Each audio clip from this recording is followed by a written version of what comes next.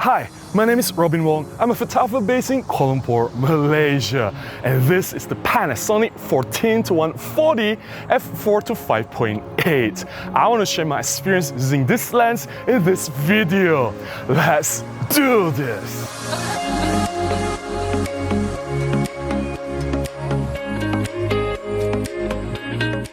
Let me be honest to say that I'm not a fan of super zoom lenses, especially lenses with massive zoom range. I believe there's some compromise when it comes to optical design. I personally don't mind to carry several lenses, and I'm okay with changing lenses. I'll carry a standard zoom and a telephoto zoom. I believe I'll get the best quality from these lenses. However, I also acknowledge that there are some situations where the super zoom lens like this Lumix 14-140 can come in really handy. There are times where you cannot change lens. For example, if you're shooting in a place where it's very dusty, or you can only bring one lens. And with that minimal setup, with the convenience of this super zoom, you can do almost everything with one lens. I want to take a closer look at this Panasonic 14-140 f4 to 5.8. I paired this lens with my Olympus OMD EM10. I brought this combination to a Chinese temple. It is the Tianho Temple, and we're gonna get some photographs.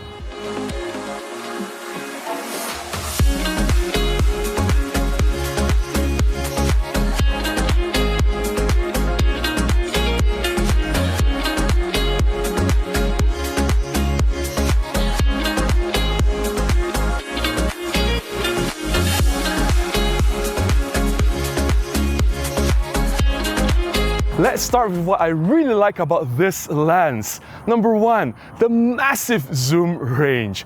Obviously, this is a super zoom lens. It starts from 14mm at the widest end. That's more than enough for me to fit as much as I can within a frame and do most of my wide angle shooting. And it goes all the way to 140mm at the longest telephoto. And you can specifically emphasize one part of the frame. You can definitely do a lot with this one lens. Number two, the compact build. For a massive zoom range, I was actually very surprised at how small and how light this lens is. It balances very well on my EM10 body, which is very small. I carried this combination around the temple shooting for about 2 hours.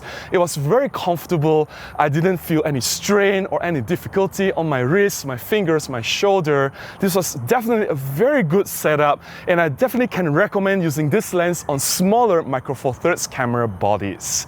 Number three, image quality. I was actually very surprised at how good the image quality is coming from this lens, considering the massive zoom range. Of course, the quality is nowhere near the pro-grade lenses from both Olympus or Panasonic, but it is about the same as kit lenses, say the Panasonic 12-32 or the Olympus 40-150R, and I would say that the image quality is at best at the wider end of the lens, but as you zoom in longer and longer to the telephoto end, the images loses some sharpness. But overall, I'm very satisfied with the image quality, the sharpness coming out from this lens. If you really scrutinize, you can still see some imperfections. There's some technical flaws like purple fringing, corner softness, flare there and here, but none of these are deal breakers. They are not too serious, and I think they are negligible because this lens is so small, and generally the image quality is still very, very good.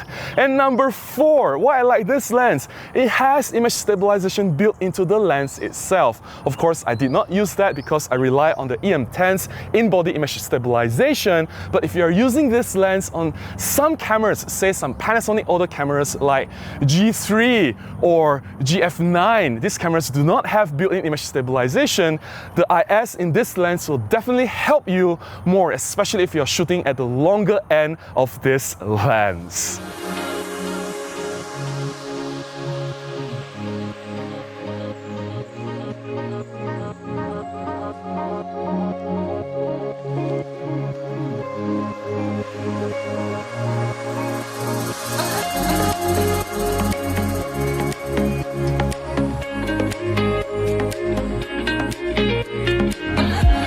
There are not many things that I dislike about this lens. Number one, minimum focusing distance.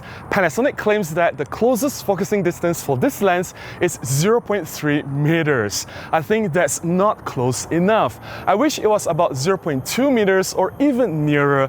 That will enable me to do better close-up shooting with this lens. I can go nearer to my subject. They will open up a whole world of different opportunities for close-up shooting and different composition options.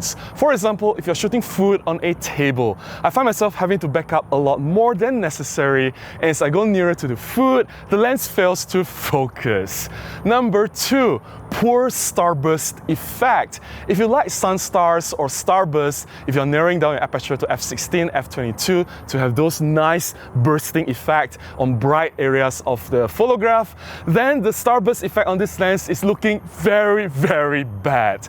If you want starburst, this is not the lens for you.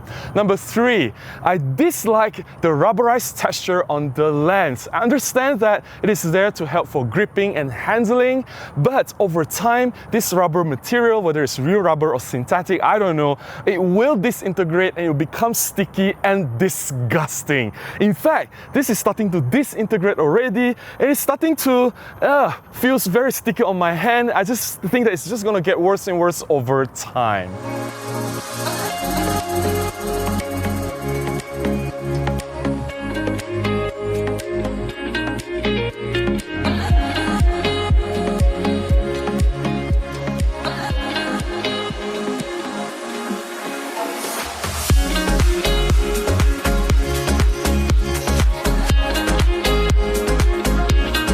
Some of you will ask, hey Robin, how does this Panasonic 14-140 compare to other super zoom options from Panasonic and Olympus? Let's start with Olympus 14-150. There are two versions, Mark 1 and Mark 2.